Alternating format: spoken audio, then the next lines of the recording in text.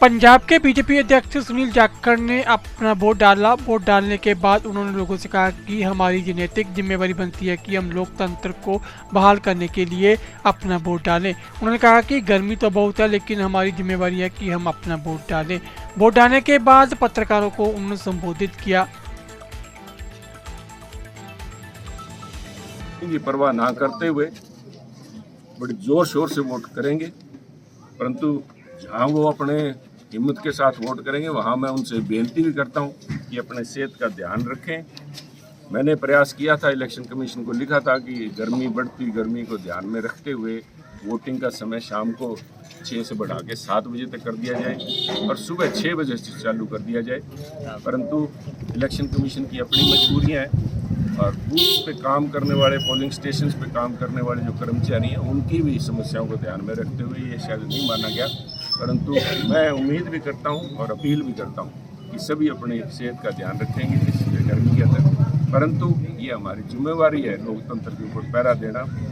उसमें हम सब मिलजुल के, बिकॉज जैसे कहते हैं ना, eternal vigilance is the price that you पे फॉर फ्रीडम। ये जो आज़ादी हमें लेके दी है उसके हमारा उसमें कंट्रीब्यूशन सबसे बड़ा ये है कि हम चौकस रहें, अपने हकों के ऊपर पहरा दें। इसलिए पंजाब बड़ी बखूबी वोटिंग करेगा। राघव चड्ढा जी कह रहे हैं आज वोटिंग के दिन उन्होंने दिल्ली में जो क्राइसिस हो रहे हैं पानीपत में। देखिए, राघव चड्ढा जी मैं समझता हूँ स्वास्थ्य क्रांति की बात भूलते हैं कि जब केजरीवाल साहब पटियाला आए थे और उन्होंने वहाँ पे एक 10 बेड का आईसीयू वार्ड में 10 बेड रख के स्वास्थ्य क्रांति की बात की थी, तो सबसे पहले राघव चड्ढा जी बताएं कि एक छोटा सा आंख ऑपरेशन कराने के लिए उन्होंने मोहल्ला क्लिनिक में क्यों नहीं करवाया, लंदन क्यों गए।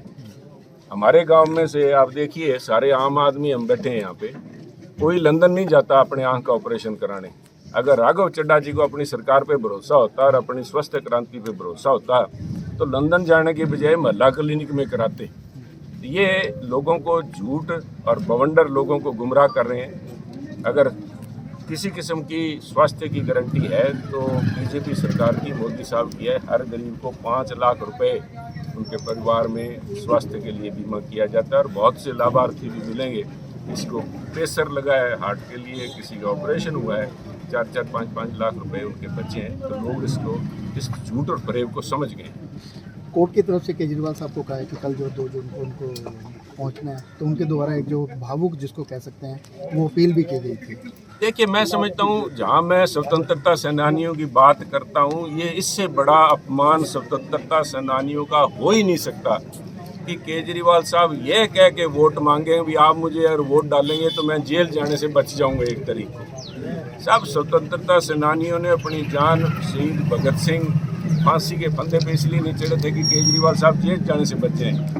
वो इसलिए उन्होंने अपनी जान नहीं दी थी। लाला लाजपत राय जी ने लाठियाँ नहीं खाई थी कि ये शराब के घोटाले में हजारों करोड़ रुपए रिश्वत लेने वाले लोग और भ्रष्टाचारी लोग हैं, वो जेल में जाने से बच जाएं। इनफैक्ट ये कुर्बानियाँ दी गई थी कि कोई भी भ्रष्ट आदमी वो कानून के शिकंजे से बच ना सके। तो ये अपमान है।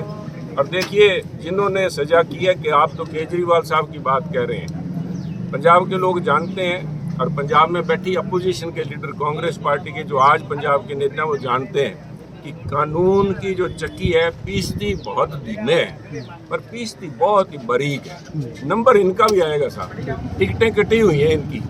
अब इनको किस दिन की फ्लाइट मिलती है, तिहाड़ में जाने की या यहाँ बड़ैल जेल में जाएंगे या फरीदकोट जेल में जाएंगे सारे साहब।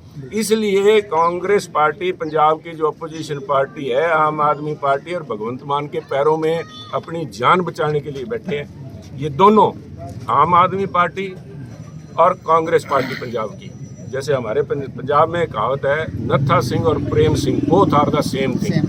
दोनों अपनी जान बचाने के चक्कर में है, पर बचेंगे दोनों नहीं। दोनों की फाइनल डेस्टिनेशन जो है वो जेल में है, क्योंकि घोटाले इन्होंने इतने किए हुए हैं, बच नहीं पाएंगे कानून के शिकंजे से। Thank you.